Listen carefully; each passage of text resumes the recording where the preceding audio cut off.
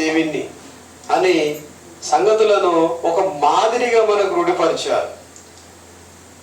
ఒక విధానంలో ఇలా దేవుని ఆరాధించాలి అని తెలియజేసిన కీర్తన గ్రంథంలో ఎన్నో వచనాలు మనకు పొందుపరిచాయి. ప్రియమైన దేవుని బిడ్డలారా, చూడండి, ఒక వచన భాగాన్ని మనము చదువుదాము. చూడండి, ఆ కీర్తనకారుడు అనే మాటలలో ఈ రోజులలో చూస్తే లోకమంతా కూడా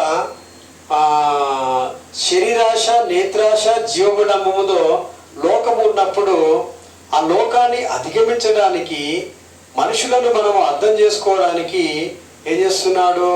అనేకమైన శత్రువులు ఉన్నారు లోకములో, అనేకమైన దుష్టులు ఉన్నారు లోకములో, అనేకమైన దొంగలు, దోపిడిగాను ఉన్నారు లోకములో. అటువంటి బారి నుండి మనలా ఎలా దేవుని వైపు తిరగాలి, ఎలా దేవుణ్ణి ఆరాధించాలి, ఎలా దేవుని నమ్ముకోవాలి అనే విషయాలను చక్కగా తెలియజేస్తున్నాడు. కీర్తనల గ్రంథము 44వ అధ్యాయము 7వ వచనంలో, మా శత్రువుల చేతిలో నుండి మమ్మును రక్షించువాడవు నీవే. ఎవరు రక్షిస్తున్నారు? దేవుడే రక్షిస్తున్నాడు. But you have saved us